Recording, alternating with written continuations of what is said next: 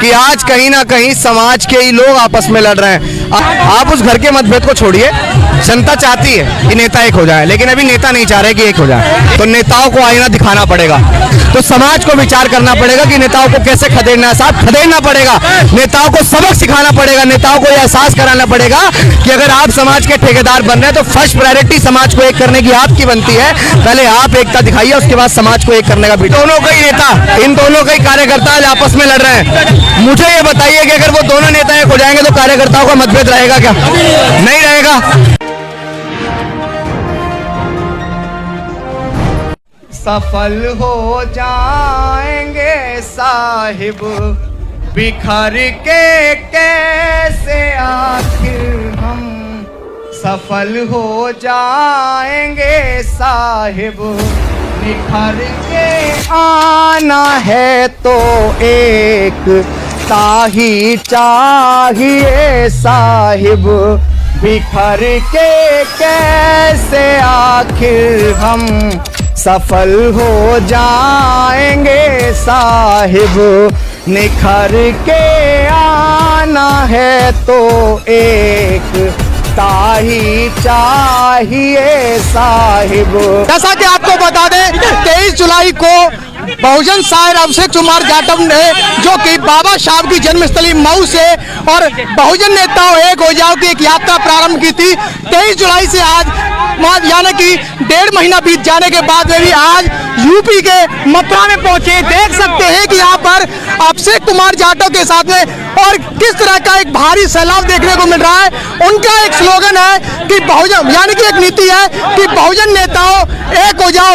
इसको लेकर के वह लोग बहुजन शायर अभिषेक कुमार जाटव जी यहाँ पर मेरे साथ में यहाँ बीच सकते हैं। देख सकते हैं भारी एक सैलाब जो है कि बाबा साहब अम्बेडकर के नाम से यानी कि जय भीम के नारों से यह मथुरा गूंज उठा है। बौद्ध नगरी मथुरा में अभिषेक कुमार जाटव यहाँ प्रस्थान कर चुके हैं। एक भारी सैलाब के रूप में उनका लोगों ने एक स्वागत किया है। मैं आपको एक बार रूबरू करा देता हूँ कि आखिर में उनकी जो नीति क्या है, किस तरह से वह और ये यात्रा शुरू कर रहे हैं।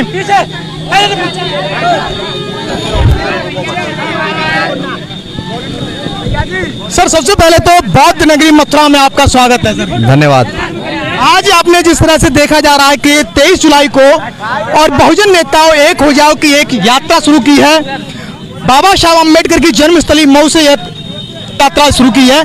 क्या कहना चाहेंगे इस पर? अब तक कितने नेताओं का इसमें समर्थन मिला है, किस तरह का रवैया रहा है, किन किन जिलों से होकर के आप उत्तर प्रदेश में प्रस्थान कर रहे हैं? देखिए, समर्थन अभी तक तो किसी का मिला नहीं है और किन किन तरह के अनुभव रहे वो मैं आपको शेयर इसलिए नहीं कर सकता क्योंकि मैं समाज को जोड़ने आया हूँ, तोड़ने नहीं आया हूँ। लेकिन ये जरूर समझ आया जमीन पे उतर के कि कोई व्यक्ति अगर कुछ करने का प्रयास करता है तो समाज के ही लोग उसे रोकने का प्रयास करते हैं। थोड़ा कहना बहुत समझना कि मैं सिर्फ स्थापित लोगों को और ज्यादा स्थापित करने के लिए जमीन पे संघर्ष कर रहा हूँ, वरना मेरे ऐसे व्यक्ति को कोई आवश्यकता नहीं है कि इतनी धूप में हम लोग पैदल चल रहे हैं। बाबा साहब अम्बेडकर की जन्मस्थली से मैंने ये संकल्प शुरू किया क्योंकि हम लोग बहुत अच्छे से जानते हैं कि बिखरा हुआ समाज कभी शासक नहीं बन सकता है। फूले, पेरियार, ललई, अम्बेडकर और मान्यवर कांशीराम साहब का जो मूवमेंट था, उस मूवमेंट को कहीं ना कहीं आज मनुवादी विचारधारा और जो वो नेता स्थापित है आज केंद्र में जिसकी सरकार है, वो कहीं ना कहीं उस मूवमेंट को बिल्कुल खा जाएगा। और हम ये प्रयास कर रहे हैं कि वो मूवमेंट कैसे ही बच जाए, ये हम बहुत अच्छे से जान रहे हैं। आज हमारे समाज के अंदर एक से एक कद्दावर नेता है। हमारे समाज के पास एक राष्ट्रीय नेता है माननीय बहन जी, फिर हमारे पास एक बहुत बड़ी ऊर्जा है जो किसी भी प्रदेश को जाम करने की ताकत रखते हैं, चंद्रशेखर आजाद, उदित राज है, वामन मेश्राम है, चिराग पासवान है, MK स्टालिन है, अखिलेश यादव। अगर हम बहुजन समाज की बात करें तो ऐसे बहुत सारे नेता हैं। लेकिन जब आप लोगों के ऊपर होने वाला शोषण समान है, आप लोगों के रास्ते समान है, आपके महापुरुष एक हैं, आपका लक्ष्य एक है, आप जय भीम के उद्घोषण के साथ अपने आंदोलन की शुरुआत करते हैं, तो फिर वर्तमान समय में आपने अपने रास्ते अलग क्यों कर रखे हैं? आज दुश्मन को अगर आपको हराना है तो पहले घर के मतभेद को खत्म करना पड़ेगा। हम जमीन पे इसलिए उतरे क्योंकि हमने ये महसूस किया कि आज कहीं ना कहीं समाज के ही लोग आपस में लड़ रहे हैं। असपा और बसपा ये दो बड़े संगठन आज आपस में ही, इनके कार्यकर्ता मैं महू से लेके मथुरा पहुंच गया हूं, मैंने देखा है कि इतना विरोध है कि बहुत इसीलिए उस विरोध को खत्म करने के लिए जमीन पे हूं। अब मुझे बताओ, क्या भाईचारा बनाना कोई गुनाह है? आपके माध्यम से मैं तमाम बहुजन मीडिया को कहना चाहता हूं, बहुत सारे लोग तमाम तरह के आरोप लगा रहे हैं। मेरा आंदोलन पवित्र है, मेरा आंदोलन सच्चा है, और सिर्फ ये मेरा नहीं है, पूरे समाज का है। या तो इस आंदोलन को अभिषेक के द्वारा सफल करवा लीजिए, या आने वाले वक्त में किसी और के साथ सफल करवा लीजिए, लेकिन अगर आपको सफल होना है, अगर आपको इस देश की सत्ता पे स्थापित होना है, तो हमारे पॉलिटिकल लीडरों को एक होना पड़ेगा। ये जो संस्था आपने जो निकाली है, इसका मेन उद्देश्य क्या है? देखिए, मेन उद्देश्य यही है कि वो जो विचारधारा, यहाँ व्यवस्था परिवर्तन की लड़ाई है, वो व्यवस्था, वो 6000 सालों की गुलामी जिसको डॉक्टर अंबेडकर ने भारत का संविधान लिख के खत्म किया, बहुत संघर्ष करते हुए आए। उसके बाद मान्यवर कांशीराम साहब ने उस अलग को जगाया, क्योंकि बाबा साहेब अंबेडकर ने कहा कि 21वीं सदी बहुजनों की है।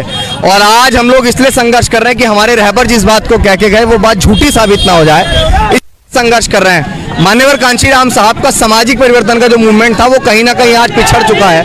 क्या ये सामाजिक परिवर्तन हो सकता है कि हम आपस में लड़ाइयां लड़ रहे हैं? क्या ये सामाजिक परिवर्तन है कि आज हम लोग पार्टी संगठन देखकर कहीं भी किसी का समर्थन करने उतरते हैं?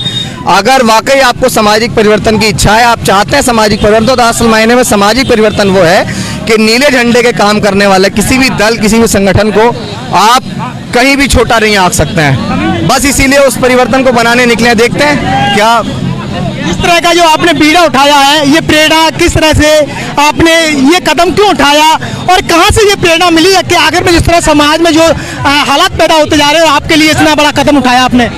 देखिए, मैं आपको बताऊं कि हमने फूले पेरियार ललई अंबेडकर और मान्यवर कांशीराम साहब के मूवमेंट को देखा तो नहीं है आंखों से, लेकिन हमने पढ़ा है, हमने उनके संघर्ष को पढ़ा है। और आज हमें ऐसा लग रहा है कि अगर इस तरह का काम नहीं किया गया तो उनका संघर्ष कहीं ना कहीं विफल हो जाएगा। हमारे महापुरुषों का जो त्याग था, डॉक्टर अंबेडकर ने अपनी 4-4 संतानें गंवा दी समाज के लिए, सिर्फ उनका अंतिम लक्ष्य था कि हमें इस देश का हुक्मरान बनना है। मान्यवर कांशीराम साहब घर परिवार, सुख चैन, संपत्ति सब कुछ छोड़ के आजीवन शादीशुदा नहीं रहे। उसके बाद उन्होंने वो सारा कारवां चलाया। आज उनका कारवां कहीं लुट रहा है, उसको बचाने के लिए जमीन पे निकले हैं। वो प्रेरणा लेने की जरूरत क्या है? अगर आपको कुछ करना है वाकई में, तो जरूरी नहीं है कि पीड़ा आपके साथ हुई हो, आप महसूस भी कर सकते हैं।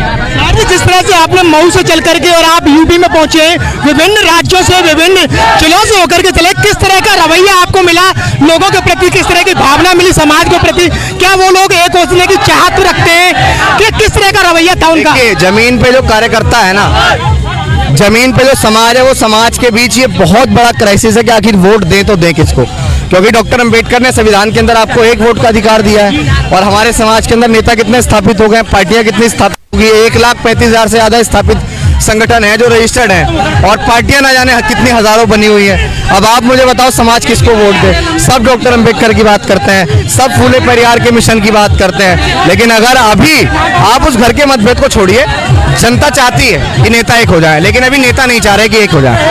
बहुजन समाज इस तरह से भटका हुआ है, एक तरफ में जहाँ बाबा साहब को मानने वाले और बाबा साहब के नाम को उद्घोषण कर गए और वो भटके हुए कि अगर मैं अखिलेश को वोट करें या चंद्रशेखर भाई को वोट करें या बहन जी को वोट करें या बहुजन समाज के तमाम ऐसे नेता हैं, वो किसको वोट करें, किस पथों पार के मतलब कि चुने वो? ये समाज को तय करना पड़ेगा। अगर नेताओं की वजह से मूवमेंट बिखर रहा है तो नेताओं को आईना दिखाना पड़ेगा, नेताओं को सबक सिखाना पड़ेगा। नेता जो है जमीन पर उतर के बोलते हैं कि समाज एकजुट नहीं हो रहा है, समाज एकजुट नहीं हो रहा है। आखिर समाज आपको कितनी बार एकजुट होकर दिखाए? समाज ने आदरणीय बहन कुमारी मायावती जी को उत्तर प्रदेश का 4 बार मुख्यमंत्री बनाया, देश का सबसे बड़ा सूबा है। समाज ने चंद्रशेखर आजाद के एक कहने पर भोपाल को जाम कर दिया, उतनी बड़ी क्रांति आज तक समाज ने नहीं देखी। समाज ने उदित राज के एक कहने पर भोपाल दिल्ली के रामलीला मैदान को जाम कर दिया। यहाँ पे मैं मध्य प्रदेश से आया हूँ, व्हाइट टाइगर के नाम से मशहूर फूल सिंह बरैया है, जिन्होंने मूवमेंट बहुत अच्छा चलाया, लेकिन आज नेताओं की वजह से ही मूवमेंट पिछड़ रहा है, आज नेताओं की वजह से ही मूवमेंट कामयाब नहीं है। अगर 2024 के इलेक्शन में नेता साथ नहीं आते हैं तो समाज को विचार करना पड़ेगा कि नेताओं को कैसे खदेड़ना है। साथ खदेड़ना पड़ेगा, नेताओं को सबक सिखाना पड़ेगा, नेताओं को यह एहसास कराना पड़ेगा कि अगर आप समाज के ठेकेदार बन रहे हैं तो फर्स्ट प्रायोरिटी समाज को एक करने की आपकी बनती है। पहले आप एकता दिखाइए, उसके बाद समाज को एक करने का बीड़ा। आपके मतलब से ये कह सकते हैं कि समाज आज भी एक है और समाज को बांटने वाले नेता हैं? मैं ये कह रहा हूँ, आपको 101% श्योरिटी है, अगर समाज के नेता एक हो जाएंगे तो आप जमीन का मतभेद देख लेना, बिल्कुल नहीं है। अगर आज चंद्रशेखर, मैं आपको बता दूं, दो बड़े नेता एडवोकेट चंद्रशेखर आजाद और माननीय इन दोनों के ही नेता, इन दोनों के ही कार्यकर्ता आज आपस में लड़ रहे हैं। मुझे ये बताइए कि अगर वो दोनों नेता एक हो जाएंगे तो कार्यकर्ताओं का मतभेद रहेगा क्या? नहीं रहेगा। माननीय बहन जी के पास 4 बार की मुख्यमंत्री का एक अनुभव है। एडवोकेट चंद्रशेखर आजाद जी के पास एक ऊर्जा है। आप मुझे बताइए कि वो अनुभव और ऊर्जा अगर एक हो गए तो क्या हमें सत्ता में स्थापित होने से कोई रोक सकता है? नहीं रोक सकता है। लेकिन आज हम देख रहे हैं कि हम एक औकात, एक सांसद बनाने की इस देश में हैं। अगर हम ख्वाब देख रहे हैं प्राइम मिनिस्टर बन। इस खबर को देखने के बाद क्या है आपकी राय, नीचे दिए कमेंट बॉक्स में दीजिए अपनी राय। ऐसी तमाम बड़ी खबरों को देखने के लिए जुड़े रहिए हमारे साथ। खबर अच्छी लगे तो लाइक कीजिए और शेयर कीजिए, और हाँ, चैनल को सब्सक्राइब कर घंटे वाली बटन को दबाना ना भूलिए। फिर आते हैं आपके बीच कुछ खास खबरों के साथ। तब तक के लिए नमस्कार, जय भीम।